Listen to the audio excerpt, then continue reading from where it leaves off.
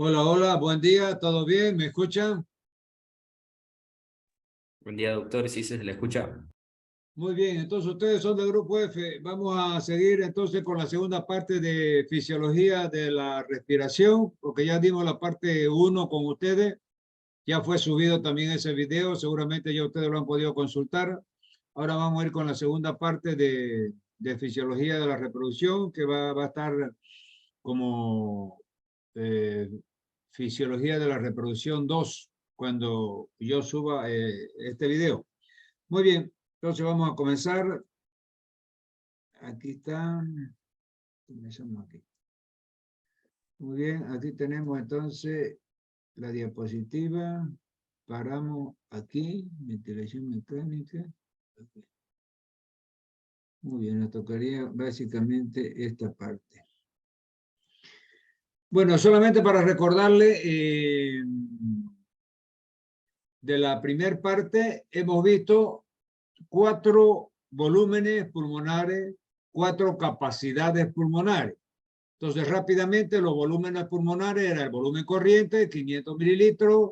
Segundo, el volumen de reserva inspiratoria, que era 3.000 mililitros. Teníamos tercero, el volumen de reserva expiratoria, que era de 1.100 mililitros. Y el volumen residual, 1.200 mililitros. ¿No es verdad? Muy bien, y las capacidades teníamos la capacidad vital total, después la capacidad pulmonar, la capacidad residual, y teníamos para que ustedes se recuerden bien con sus nombres, las capacidades, las vamos a ver al ver eso un ratito.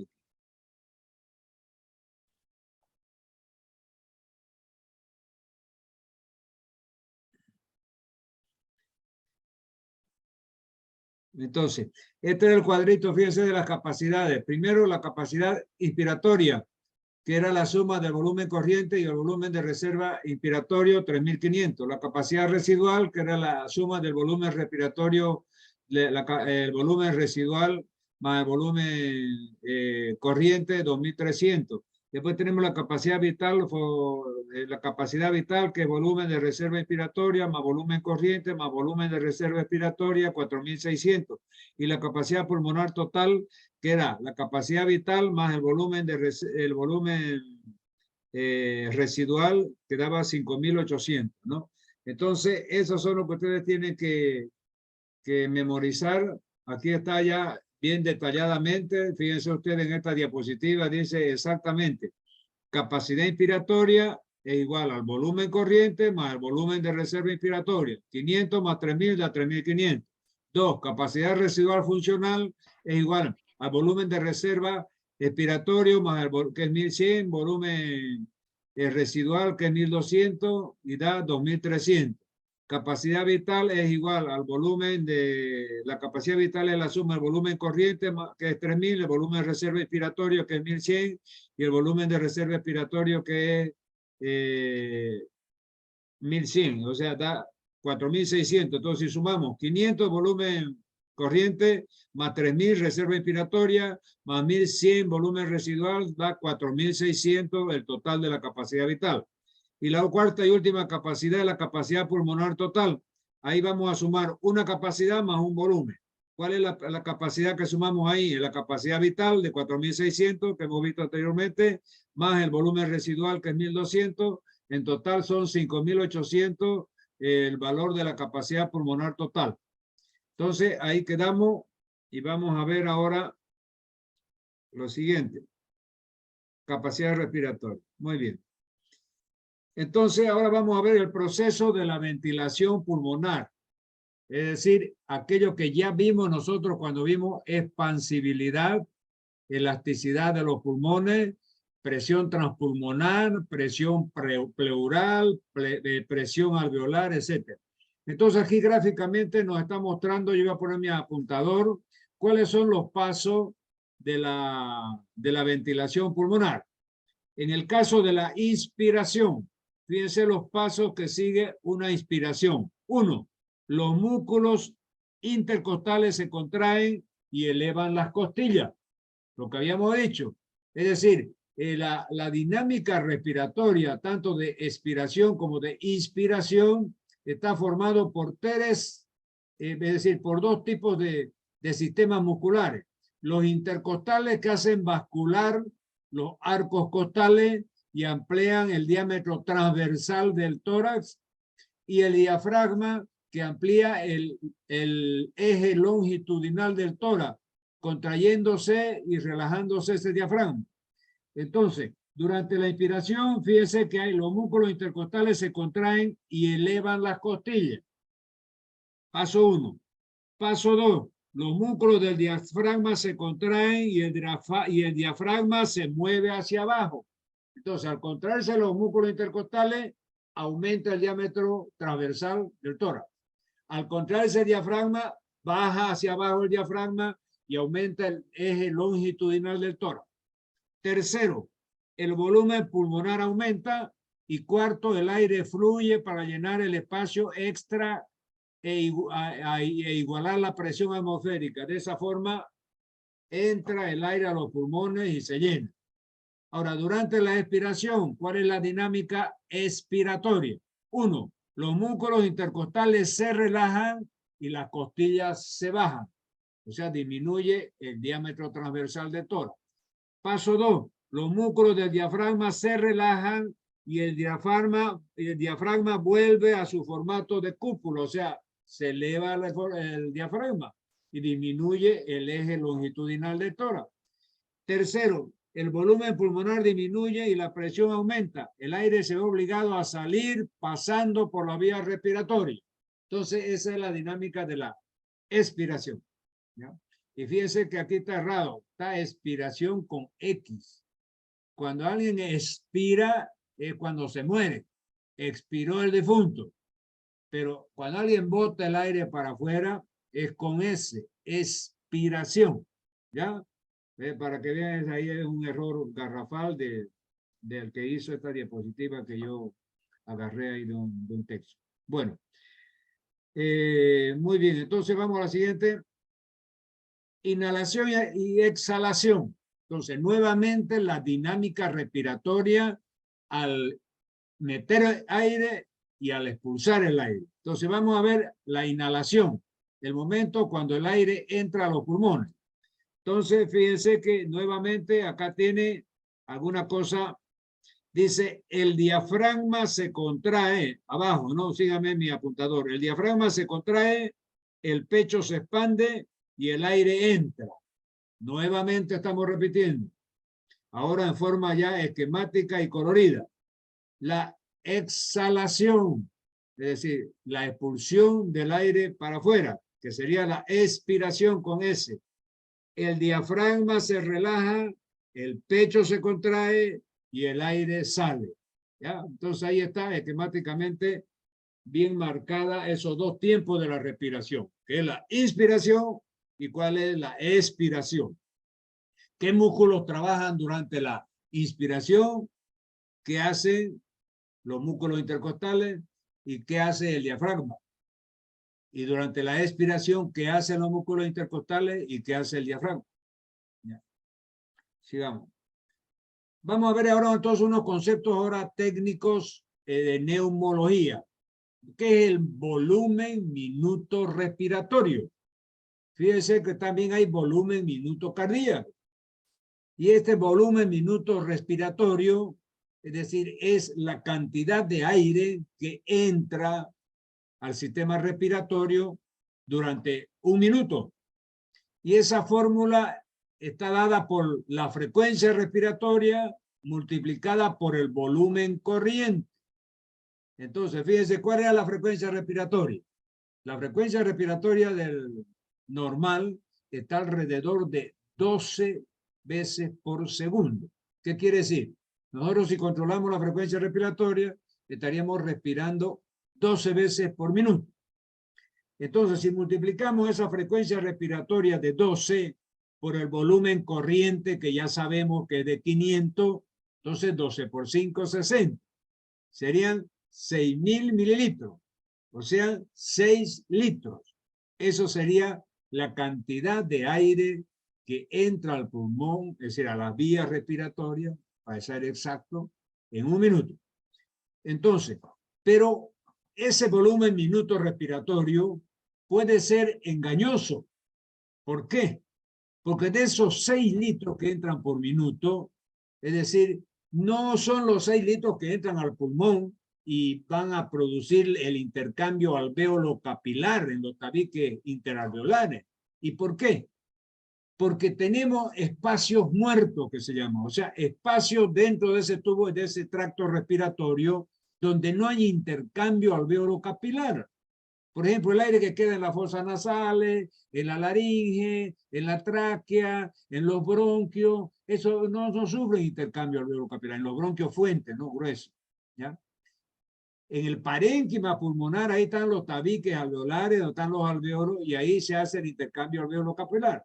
Entonces, fíjense que el llamado espacio muerto es ese espacio donde no hay intercambio alvéolo capilar. Y ese volumen de aire que está ocupando ese espacio muerto, hay que restarle a esos 6 litros que entran por minuto al tracto respiratorio. Entonces vamos a ver, espacio muerto. Es el espacio de la vía respiratoria en la que no hay intercambio gaseoso, como ser fosas nasales, faringe y tráquea, ¿ya? Y parte de los bronquios gruesos. Entonces es el espacio meso. Tasa de ventilación alveolar. Entonces es más exacto manejar esta otra fórmula, que es la tasa de ventilación alveolar, porque es más exacta. ¿Y cuál es la fórmula de esta tasa de ventilación alveolar? Es decir, es la frecuencia respiratoria también por minuto multiplicado por lo que se llama es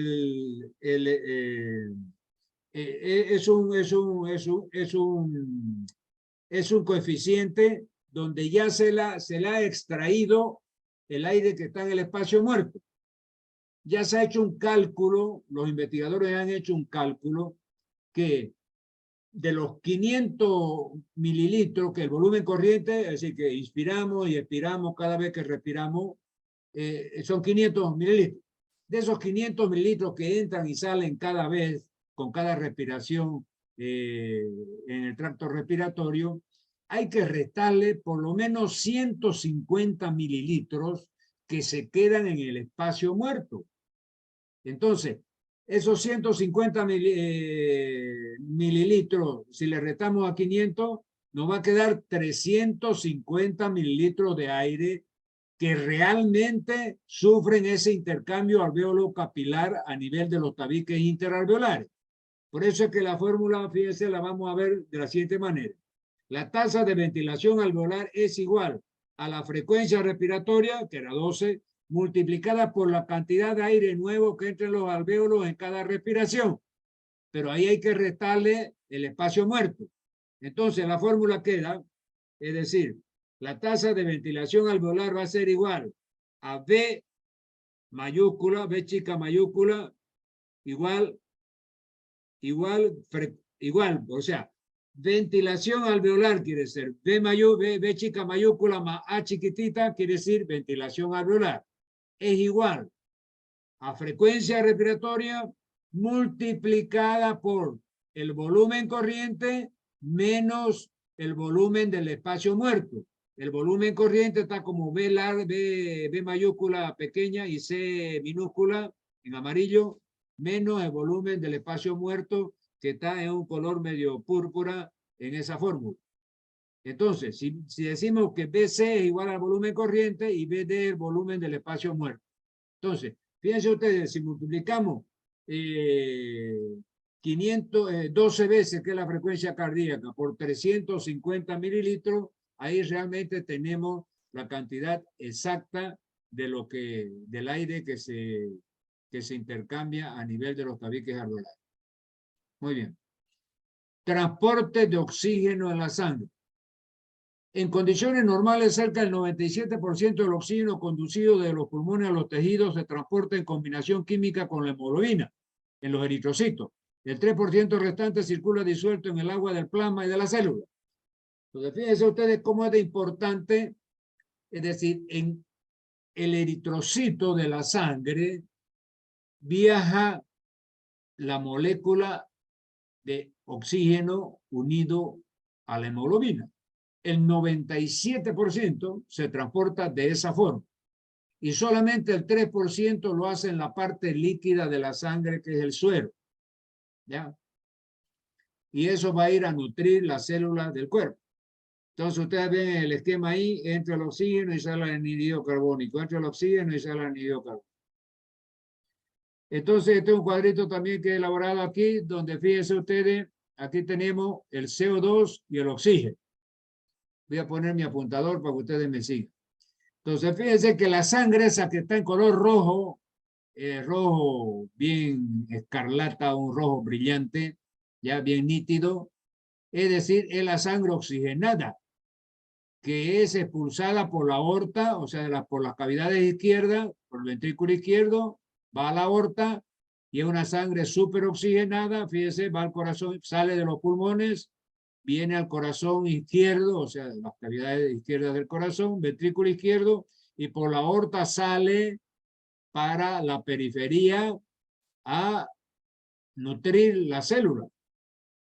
Y después esa célula nutre, utilizan esa energía del oxígeno y van a desechar este CO2, que es el anhídrido carbónico que se produce al metabolismo celular, y ese CO2 es vertido al torrente circulatorio ya venoso, recogido por el sistema venoso, fíjense, va al corazón derecho, o sea, aurícula derecha, ventrículo claro, aurícula derecha, ventrículo derecho, y después se expulsa y por las arterias y venas pulmonares van al pulmón a oxigenarse nuevamente. ¿Ya? Entonces, eso es anatomía pura y no vamos a insistir. Sigamos. Combinación reversible del oxígeno con la hemoglobina. Entonces, habíamos dicho de que en el sistema del funcionamiento del cuerpo humano hay sistemas buffer, sistema tampón o sistemas amortiguadores. Los tres términos son sinónimos. Usted puede decir sistema buffer en inglés, sistema tampón en español o sistema amortiguador en español. ¿Qué quiere decir? Eso es la capacidad que tiene el organismo de mantener constante su medio interno. Ya vimos nosotros que la homeostasis se la definía como la capacidad que tiene el organismo de mantener constante su medio interno. Entonces, estos sistemas buffer, sistemas tampón, sistemas amortiguadores, funcionan en ese sentido. Y uno de los sistemas buffer que tenemos en el organismo, además del sistema respiratorio, o sea, los pulmones, además del pH que utiliza cuando ya veamos nosotros riñón, el equilibrio ácido básico, etcétera, también existe el sistema tampón de la hemoglobina. Y ¿dónde está localizado en ese sistema circulatorio este sistema tampón? Dice, cuando la PO2, o sea, presión de oxígeno, es elevada, como en los capilares pulmonares, el oxígeno se une a la hemoglobina. Pero cuando la PO2 es baja, como en el caso de los capilares tisulares, o sea, en la periferia del cuerpo, el oxígeno se libera de la hemoglobina. Esto constituye la base de casi todo el transporte de oxígeno de los pulmones a los tejidos. Entonces nos da una curva aquí, donde fíjense que del corazón izquierdo, o sea, cuando salen de los pulmones la sangre bien oxigenada y llega al ventrículo izquierdo para salir por la aorta, es decir, ya hemos visto nosotros en sangre que salía con una PO2 de 95 milímetros de mercurio, una saturación del 97%, y al llegar a la parte periférica, esa saturación ya bajaba y hasta el 40 milímetros de mercurio, y ahí recién se liberaba el oxígeno. Por eso es que la capacidad que tienen los tejidos tisulares de no subir su PO2 por encima de 40 milímetros de mercurio es lo que les asegura que el sistema circulatorio le libere el oxígeno. Si el sistema circulatorio, pasando por un tejido, la PO2 está por encima de 40 milímetros de mercurio, el sistema circulatorio arterial no le libera la sangre con ese oxígeno. Entonces, esa capacidad que tiene el sistema circulatorio de liberar el oxígeno en la hemoglobina, o sea, de la sangre, que está en la hemoglobina de la sangre, tiene que tener como fundamento esencial de que esa parte del tejido tisular tenga una PO2 menor o igual a 40 milímetros de mercurio. Entonces, esa es la base de la combinación reversible del oxígeno con la hemoglobina y es el sistema buffer, tampón o amortiguador de la sangre. Sigamos, ventilación mecánica, objetivos de la ventilación artificial. Dice, conservar la ventilación alveolar para cubrir las necesidades metabólicas del enfermo, evitar el deterioro mecánico de los pulmones al aportar el volumen necesario para mantener las características elásticas de los pulmones. ¿Qué quiere decir?